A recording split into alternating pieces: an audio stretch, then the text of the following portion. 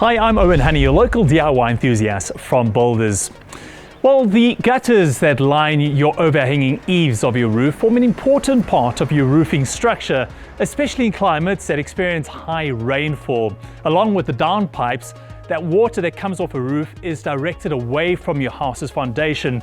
Failure to do so can lead to rising damp as well as mold and structural damage. So keeping your gutters and downpipes free from debris as well as leaves and free-flowing is essential. Inspect your gutters and downpipes regularly, and especially during the autumn months when leaves tend to clog up the system. This job does involve working on a ladder, so make sure that you have a sturdy extension ladder that is long enough to reach the edge of your roof, and always follow a safe practice when using a ladder. Clear out the gutters using a trowel or a scraper, and remember to use gloves as the edges can be pretty sharp. Then use a hose pipe or high pressure hose to get rid of any stubborn debris. Ensure that the downpipes are not clogged up by pushing a hose pipe down the pipe. Builders does have a gutter guard to prevent leaves getting into the gutters.